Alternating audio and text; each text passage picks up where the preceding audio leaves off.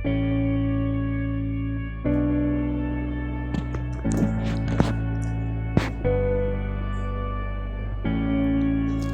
Friends, ನಾವಿವತ್ತು ಕುಡುಪು ಶ್ರೀ ಅನಂತ ಪದ್ಮನಾಭೇಶ್ವರ ದೇವಸ್ಥಾನಕ್ಕೆ ಹೋಗ್ತಾ ಇದ್ದೇವೆ. ಈಗಷ್ಟೇ ಬೆಳಿಗ್ಗೆ ಹೊರಟು ಹೈವೇಲಿ ಹೋಗ್ತಾ ಇದ್ದೇವೆ. ಅನಂತ ಪದ್ಮನಾಭೇಶ್ವರ ದೇವಸ್ಥಾನ ಇದು ಸುಬ್ರಹ್ಮಣ್ಯ ದೇವಸ್ಥಾನ ಕೂಡ.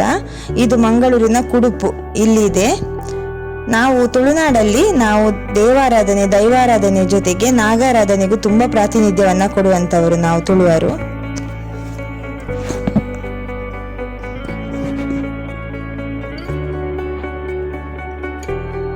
ಈಗ ನಾವು ಹೈವೇಲಿ ಹೋಗ್ತಾ ಪದುವ ಸ್ಕೂಲ್ ಹತ್ರ ಇದ್ದೇವೆ.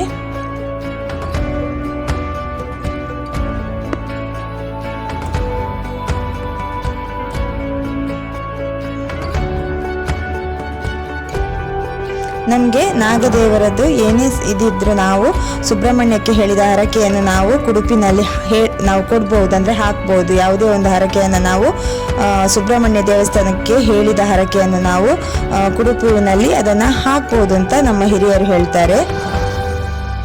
ಯಾಕೆಂದರೆ ಕುಡುಪು ಸುಬ್ರಹ್ಮಣ್ಯಕ್ಕೆ ಆದಿ ಅಂತ ಹೇಳುವ ಮಾತಿದೆ. ಇದರ ಇತಿಹಾಸ ಕೂಡ ತುಂಬ ಒಂದು ಅಂದರೆ ತುಂಬ ಇತಿಹಾಸ ತುಂಬ ನಾವು ಗೊತ್ತಿದ್ದವ್ರ ಹತ್ರ ಕೇಳಿದರೆ ಇತಿಹಾಸದ ಬಗ್ಗೆ ನಾವು ತಿಳ್ಕೊಳ್ಳೇಬೇಕು ನಾವು ಕುಡುಪುವಿಂದು. ಇಲ್ಲಿ ಕೇದಾರ ಎಂಬ ಬ್ರಾಹ್ಮಣರೊಬ್ಬರು ಇದ್ರಂತೆ. ಬಹು ವರ್ಷಗಳ ಕಾಲ ಅವರಿಗೆ ಸಂತಾನವಿರದ ಕಾರಣ ಕೇದಾರ ಬಹು ಚಿಂತಿತನಾಗಿ ಪರಿಹಾರಕ್ಕಾಗಿ ಊರೂರು ಅಲೆದಾಡ್ತಾ ಇದ್ರಂತೆ. ಅಂದರೆ ಮಕ್ಕಳಾಗಲಿಲ್ಲ ಅನ್ನೋ ಚಿಂತೆಗೋಸ್ಕರ ಹೋಗ್ತಾ ದೊಡ್ಡ ಕಾಡಿನ ನಡುವೆ ಭದ್ರಾ ಸರಸ್ವತಿ ತೀರ್ಥ ಎಂಬ ಸಣ್ಣ ನದಿಯ ಹತ್ರ ಶೃಂಗಮುನಿ ಎಂಬ ಪವಿತ್ರ ಸಂತರನ್ನ ಈ ಕೇದಾರ ಬ್ರಾಹ್ಮಣ ಏನಿರ್ತಾರೆ ಅವರು ಭೇಟಿ ಆಗ್ತಾರೆ. ಮುಂದೆ ಸಂತರೊಡನೆ ತನ್ನ ಅಳಲನ್ನು ತೋಡಿಕೊಳ್ತಾರೆ. ಅಂದರೆ ನನಗೆ ಸಂತಾನ ಇಲ್ಲ ಅನ್ನೋ ಅಳಲನ್ನ ಕೇದಾರ ಬ್ರಾಹ್ಮಣ ಸಂತರೊಡನೆ ತೋಡಿಕೊಳ್ತಾರೆ ಮತ್ತು ಅದಕ್ಕೇನಾದ್ರೂ ಪರಿಹಾರಕ್ಕಾಗೂ ಕೂಡ ಅವರ ಹತ್ರ ಯಾಚಿಸುತ್ತಾರೆ. ಇದನ್ನು ಕೇಳಿದ ಸಂತರು ತಮ್ಮ ಇಚ್ಛೆಯನ್ನು ಈಡೇರಿಸಲು ಭಗವಾನ್ ಸುಬ್ರಹ್ಮಣ್ಯನ ತಪಸ್ಸನ್ನು ಮಾಡಲು ಕೇದಾರನಿಗೆ ಹೇಳುತ್ತಾ ಆ ಸ್ಥಳ ಮತ್ತು ಆ ನದಿಯ ಪಾವಿತ್ರತೆಯ ಬಗ್ಗೆ ವಿವರಿಸುತ್ತಾರೆ. ಅಂದರೆ ಈಗ ಏನಿದೆ ಕುಡುಪು, ಆ ಜಾಗದ ಬಗ್ಗೆ ಕೇದಾರ ಬ್ರಾಹ್ಮಣನಿಗೆ ಸಂತರು ವಿವರಿಸ್ತಾರೆ. ಅಂದರೆ ಅಲ್ಲಿಯ ಜಾಗದ ವೈಶಿಷ್ಟ್ಯವನ್ನು. ಸಂತರ ಸಲಹೆಯನ್ನು ಮನಸಾರೆ ಸ್ವೀಕರಿಸಿದ ಕೇದಾರರು ಭಗವಾನ್ ಸುಬ್ರಹ್ಮಣ್ಯನನ್ನು ಭಕ್ತಿಯಿಂದ ಕಠಿಣ ತಪಸ್ಸನ್ನು ಮಾಡುತ್ತಾರೆ. ಈ ಸಂತರು ಏನು ಹೇಳ್ತಾರೆ ಅಂದರೆ ಸುಬ್ರಹ್ಮಣ್ಯನ ತಪಸ್ಸನ್ನು ಮಾಡಲಿಕ್ಕೆ ಕೇದಾರ ಬ್ರಾಹ್ಮಣರಿಗೆ ಅವರಿಗೆ ಒಂದು ಮಾರ್ಗದರ್ಶನವನ್ನು ಕೊಡ್ತಾರೆ. ಅದನ್ನ ಕೇದಾರ ಬ್ರಾಹ್ಮಣ ಪಾಲಿಸ್ತಾರೆ ಕೂಡ. ಬಹು ವರ್ಷಗಳ ಕಾಲ ಕಠಿಣ ತಪಸ್ಸನ್ನ ಇವರು ಸುಬ್ರಹ್ಮಣ್ಯನಿಗೋಸ್ಕರ ಪೂಜಿಸ್ತಾರೆ. ತಪಸ್ಸಿನ ನಂತರ ಆ ಪ್ರದೇಶದಲ್ಲಿ ಅಗಾಧವಾದ ಶಾಖ ಸೃಷ್ಟಿ ಆಗತೊಡಗ್ತದಂತೆ. ಅಂದ್ರೆ ಅವ್ರು ಯಾವ ಜಾಗದಲ್ಲಿ ಈಗ ಕುಡುಪು ಏನಿದೆ ಆ ಜಾಗದಲ್ಲಿ ತಪಸ್ ಮಾಡ್ತಾರಲ್ಲ, ಆ ಜಾಗದಲ್ಲಿ ತುಂಬಾ ಬಿಸಿಯ ಬೇಗೆ ಅಲ್ಲಿ ಕಾಣಲಿಕ್ಕೆ ಶುರು ಆಗುತ್ತೆ. ಆ ಶಾಖದ ಬಿಸಿ ಸ್ವರ್ಗದವರೆಗೂ ತಲುಪುತ್ತದೆ. ಇದನ್ನರಿತ ದೇವಾನುದೇವತೆಗಳು ಮತ್ತು ಭೂಮಂಡಲದಲ್ಲಿರುವ ಸಕಲ ಜೀವರಾಶಿಗಳು ಕೂಡ ಚಿಂತೆಗೀಡಾಗ್ತಾರಂತೆ. ಯಾಕೆಂದ್ರೆ ಈ ಬಿಸಿಲ ಬೇಗೆಯನ್ನ ತಡ್ಕೊಳ್ಳಿಕ್ಕೆ ಆಗದೆ. ಇದನ್ನು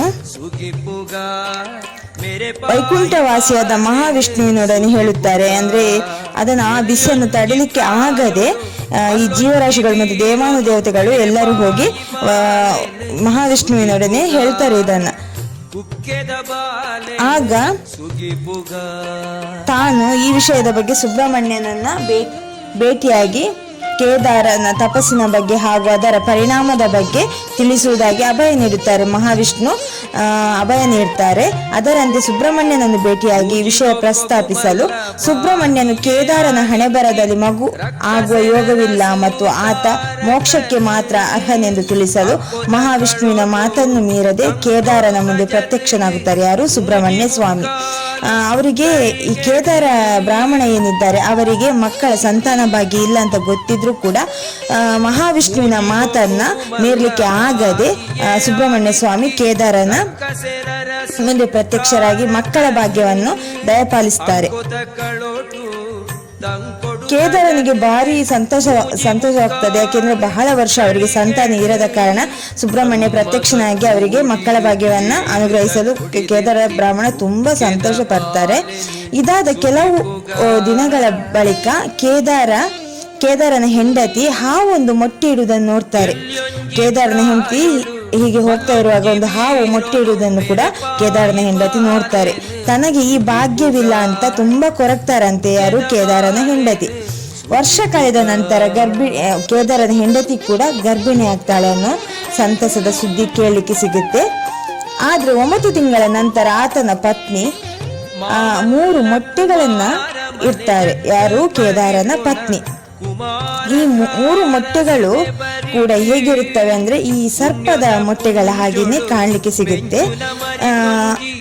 ಈ 3 ಮೊಟ್ಟೆಗಳು ಮಹಾವಿಷ್ಣು, ಮಹಾಶೇಷ ಮತ್ತು ಸುಬ್ರಹ್ಮಣ್ಯರ ಅವತಾರ ವೆಂದು ಆ ಮೊಟ್ಟೆಗಳಿಂದ ಬಂದಂತ ಅಶರೀರವಾಣಿಯಿಂದ ತಿಳಿಯುತ್ತಾರೆ. ಅಂದ್ರೆ ಆ ಮೊಟ್ಟೆಯನ್ನು ಒಂದು ಅಶರೀರವಾಣಿ ಕೇಳಿಕೆ ಸಿಗುತ್ತೆ.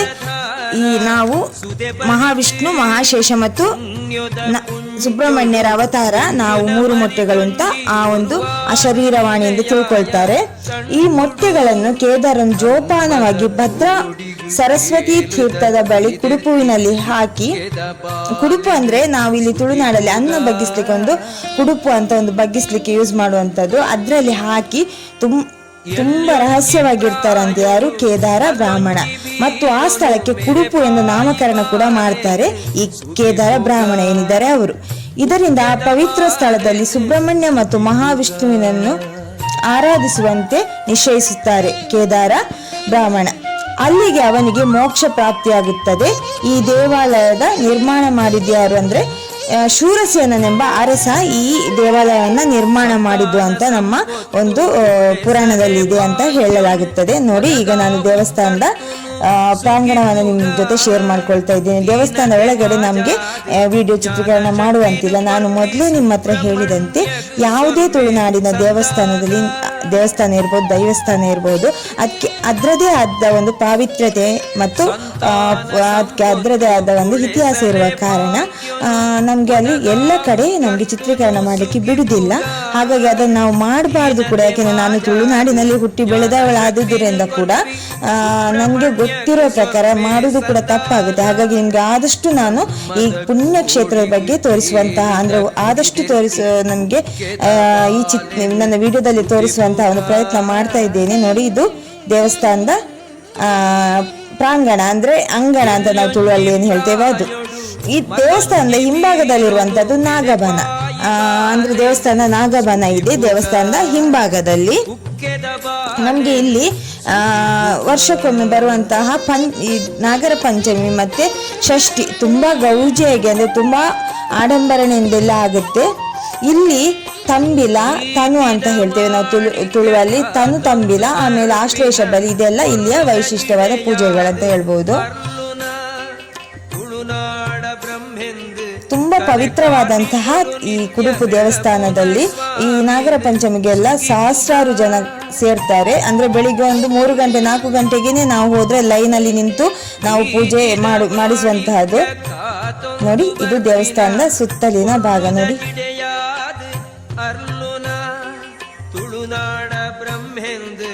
ಕುಡುಪು ಮಂಗಳೂರಿನಿಂದ ಸಾಧಾರಣ ಸುಮಾರು 10 ಕಿಲೋಮೀಟರ್ ದೂರದಲ್ಲಿದೆ. ಕುಡುಪು ಶ್ರೀ ಕ್ಷೇತ್ರವು ಮಂಗಳೂರು ಮೂಡಬಿದ್ರೆ ರಾಷ್ಟ್ರೀಯ ಹೆದ್ದಾರಿ 169ರಲ್ಲಿ ನಮ್ಗೆ ಸಿಗುತ್ತೆ. ಹಾಗೇನೆ ಅದೇ ರೋಡಲ್ಲಿ ನಾವು ಸ್ಟ್ರೈಟ್ ಹೋದ್ರೆ ನಾವು ಪೊಳಲಿಗೆ ಹೋಗ್ತೇವೆ. ಅದೇ ದೇವಸ್ಥಾನ ನಾವು ಪೊಳಲಿಗೆ ಹೋಗುವ ರೋಡಲ್ಲಿ ನಮ್ಗೆ ಕುಡುಪು ಸಾನ್ನಿಧ್ಯ ಕೂಡ ಸಿಗುತ್ತೆ. ಈ ದೇವಸ್ಥಾನದಲ್ಲಿ ನಾಗದೇವರು ಹಾಗೂ ಅನಂತ ಪದ್ಮನಾಭ ದೇವರನ್ನು ಪೂಜಿಸಲಾಗುತ್ತದೆ. ನಾಗರ ಪಂಚಮಿ ಮತ್ತು ಷಷ್ಠಿ ಹಬ್ಬವನ್ನು ಇಲ್ಲಿ ಬಹಳ ಸಡಗರದಿಂದ ನಾವು ಆಚರಿಸುತ್ತೇವೆ.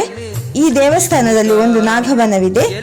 ಇಲ್ಲಿ 300ಕ್ಕೂ ಹೆಚ್ಚು ನಾಗನ ಕಲ್ಲುಗಳು ನಮಗೆ ಕಾಣಲಿಕ್ಕೆ ಸಿಗುತ್ತೆ. ಈ ದೇವಸ್ಥಾನದ ಎಡಭಾಗದಲ್ಲಿ ಭದ್ರಾ ಸರಸ್ವತಿ ತೀರ್ಥ ಎಂಬ ಪವಿತ್ರ ಕೆರೆ ಇದೆ. ನಾನು ನಿಮ್ಗೆ ಮೊದಲೇ ಹೇಳಿದಾಗೆ ನೋಡಿ, ಇಲ್ಲಿ ಕಾಣುವಂತದ್ದು ಇದು ಭದ್ರಾ ಸರಸ್ವತಿ ತೀರ್ಥ ಎಂಬ ಪವಿತ್ರ ಕೆರೆ. ಇದು ಪುರಾಣಗಳಲ್ಲಿ ನಾವು ಕೇಳ್ತಾ ಹೋದ್ರೆ ನಮ್ಗೆ ಇದರ ಬಗ್ಗೆ ನಮ್ಗೆ ಸಿಗುತ್ತೆ ನಮ್ಗೆ ಮಾಹಿತಿ. ಈ ದೇವಸ್ಥಾನದಲ್ಲಿ ಶ್ರೀದೇವಿ ಮತ್ತು ಮಹಾಗಣಪತಿಯ ಗುಡಿ ಇದೆ. ಇಲ್ಲಿ ನಾವು ನಂಬುವಂತಹ ದೈವ ಯಾವುದು ಅಂತ ನೀವು ಕೇಳಿದ್ರೆ ಜಾರಂದಾಯ. ಎಂಬ ದೈವವನ್ನು ಇಲ್ಲಿ ನಂಬಲಾಗುತ್ತದೆ. ಈ ದೇವಸ್ಥಾನದಲ್ಲಿ ಸುಬ್ರಹ್ಮಣ್ಯ ಸ್ವಾಮಿಯ ಕಲ್ಲಿನ ಮೂರ್ತಿ ಇದೆ. ಮೂರ್ತಿಯು ಎರಡೂ ಕಡೆಗಳಲ್ಲೂ ಜಯ ವಿಜಯರ ಕಲ್ಲಿನ ಮೂರ್ತಿಯನ್ನ ಇಲ್ಲಿ ನಾವು ಕಾಣಬಹುದು.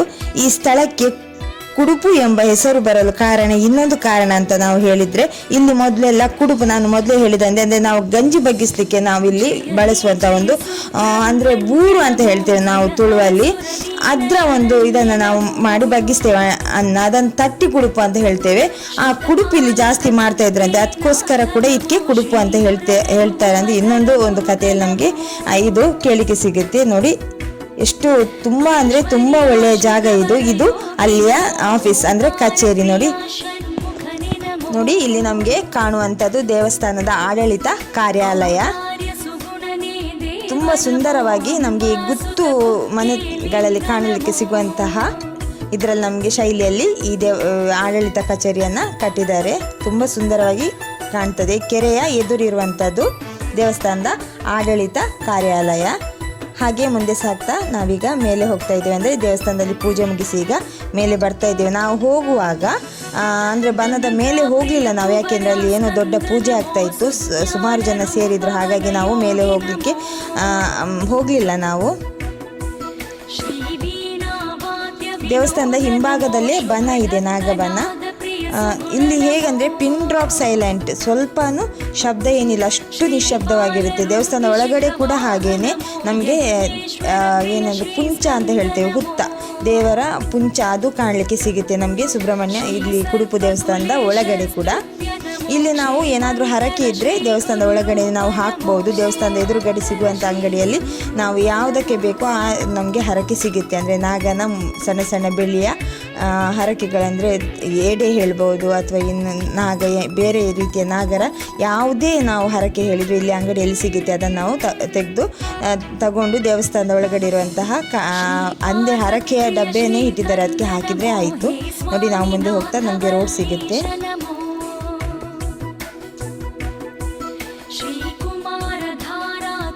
ಕೆರೆಯಲ್ಲಿ ತುಂಬ ಮೀನುಗಳೆಲ್ಲ, ತುಂಬ ಸುಂದರವಾಗಿ ಕಾಣುವಂಥ ಕೆರೆ ಇದು. ತುಂಬ ಮೀನುಗಳೆಲ್ಲ ಇಲ್ಲಿ ಕಾಣಲಿಕ್ಕೆ ಸಿಗುತ್ತೆ. ನೋಡಿ ಇದು ರೋಡು, ಮೇಲೆ ಬಂದೆವು ನಾವು ರೋಡಿಗೆ ಜಾಯಿನ್ ಆಗಿ. ಮತ್ತೊಮ್ಮೆ ನಿಮಗೆ ನನ್ನ ದೇವಸ್ಥಾನದ ಎದುರು ಭಾಗ ಅಂದರೆ ಮುಂಭಾಗ ತೋರಿಸ್ತೇನೆ. ನೋಡಿ ಈಗ ಕಾಣುವಂಥದ್ದು ದೇವಸ್ಥಾನದ ಮುಂಭಾಗ. ದೇವಸ್ಥಾನ ಮುಂಭಾಗದಲ್ಲೇ ಆ ಕಡೆ ಈ ಕಡೆ ನಮಗೆ ಬೇಕಾದ ಹರಕೆ, ಆಮೇಲೆ ಬೊಂಡ ಎಲ್ಲ ಸಿಗುತ್ತೆ ಇಲ್ಲಿ. ನೋಡಿ ದೇವಸ್ಥಾನದ ಮುಂಭಾಗ, ಇಲ್ಲಿ ಇದು ಎದುರು ಭಾಗ ದೇವಸ್ಥಾನದ್ದು. ಆಯಿತು, ನಾವು ದೇವಸ್ಥಾನಕ್ಕೆ ಹೋಗಿ ಮುಗಿದು ಮತ್ತೆ ಮನೆಗೆ ಹೊರಡ್ತಾ ಇದ್ದೇವೆ ವಾಪಸ್. ಪಂಚಮಿ ಷಷ್ಠಿ ಈ ಟೈಮಲ್ಲಿ ಪ್ರತಿ ತಿಂಗಳು ಕೂಡ ಇಲ್ಲಿ ತುಂಬ ಜನ ಸೇರ್ತಾರೆ. ಅದು ವರ್ಷಕ್ಕೆ ಆಗುವಂತಹ ಪಂಚಮಿಗೆ ಮತ್ತು ಷಷ್ಠಿಗೆ ತುಂಬ ಅಂದರೆ ತುಂಬ, ನಾನು ಆಗಲೇ ಹೇಳಿದಾಗೆ 3 ಗಂಟೆಗೆ ಹೋದರೂ ಲೈನ್ ಇರುತ್ತೆ, ಮುಂಜಾವು ಅಷ್ಟು ರಶ್ ಇರುತ್ತೆ. ನೋಡಿ ಎಷ್ಟು ಸುಂದರವಾದ ಜಾಗ ಇದು. ನೋಡಿ ಮೇಲ್ಬದಿಯಿಂದ ಕುಡುಪು ಕ್ಷೇತ್ರ ಹೇಗೆ ಕಾಣುತ್ತೆ ಅಂತ ನೋಡಿ ಒಮ್ಮೆ.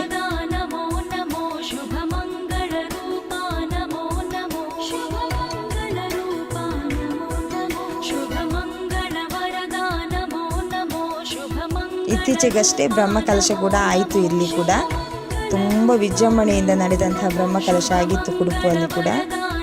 ನೋಡಿ ಹಿಂದೆ ಬೆಟ್ಟ ಗುಡ್ಡ ಕಾಣಲಿಕ್ಕೆ ಸಿಗುತ್ತೆ ನಮಗೆ, ಅದರ ಕೆಳಗೆ ದೇವಸ್ಥಾನ. ಇದನ್ನು ನಿರ್ಮಿಸಿದವರು ಶೂರಸೇನನೆಂಬ ಅರಸ ಅಂತ ನಮಗೆ ಇತಿಹಾಸದಲ್ಲಿ ಕಾಣಲಿಕ್ಕೆ ಸಿಗುತ್ತೆ ನಮಗೆ. ಮತ್ತೆ ಮನೆ ಕಡೆ ಹೊರಡ್ತಾ ಇದ್ದೇವೆ. ನಾವು ಮನೆಗೆ ಹೋಗ್ತಾ ಇಲ್ಲ, ಮತ್ತೊಂದು ಕ್ಷೇತ್ರಕ್ಕೆ ಹೋಗ್ತಾ ಇದ್ದೇವೆ ಅಲ್ಲಿಂದ. ಅದನ್ನು ಇನ್ನೊಂದು ನಾನು ನಿಮಗೆ ಶೇರ್ ಮಾಡ್ತೇನೆ ನನ್ನ ವಿಡಿಯೋದಲ್ಲಿ. ಅದು ಕೂಡ ಅಷ್ಟೇ ಪವಿತ್ರ ಮತ್ತು ನಾವು ತುಳುನಾಡಲ್ಲಿ ನಂಬುವಂಥ ಕಾರಣಿಕ ತಾಯಿಯ ದೇವಸ್ಥಾನ. ಅದನ್ನು ಕೂಡ ನಿಮ್ಮ ಜೊತೆ ಶೇರ್ ಮಾಡ್ತೇನೆ ನಾನು.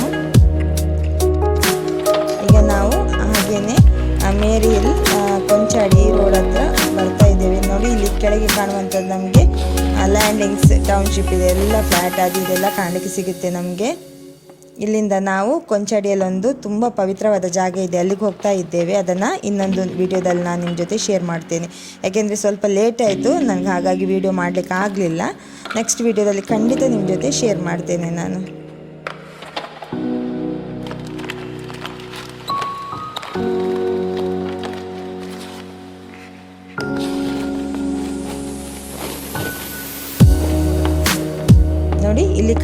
ಇರುವಂಥದ್ದು ಕೊಂಚಾಡಿಯ ದುರ್ಗಾ ಪರಮೇಶ್ವರಿ ನಾಗಕನ್ನಿಕಾ ದೇವಸ್ಥಾನ. ನಮ್ಮ ಎಡಭಾಗದಲ್ಲಿ ನಾನು ತೋರಿಸಿದ್ದು ನಮ್ಮ ಕೊಂಚಾಡಿಯಲ್ಲಿ ಇರುವಂತಹ ದುರ್ಗಾ ಪರಮೇಶ್ವರಿ ನಾಗಕನ್ನಿಕಾ ದೇವಸ್ಥಾನ. ಅಲ್ಲಿಂದ ಮತ್ತೆ ನಾವು ಮುಂದೆ ಹೋಗ್ತಾ ಕೊಂಚಾಡಿ ಮೇಲೆ ಹೋಗ್ಬೇಕು. ಅಲ್ಲೇ ಒಂದು ಪವಿತ್ರ ಜಾಗ ಇದೆ, ಅದನ್ನು ನಾನು ಆಗಲೇ ಹೇಳ್ದಂಗೆ ಇನ್ನೊಮ್ಮೆ ನಿಮ್ಮ ಜೊತೆ ಶೇರ್ ಮಾಡ್ತೇನೆ.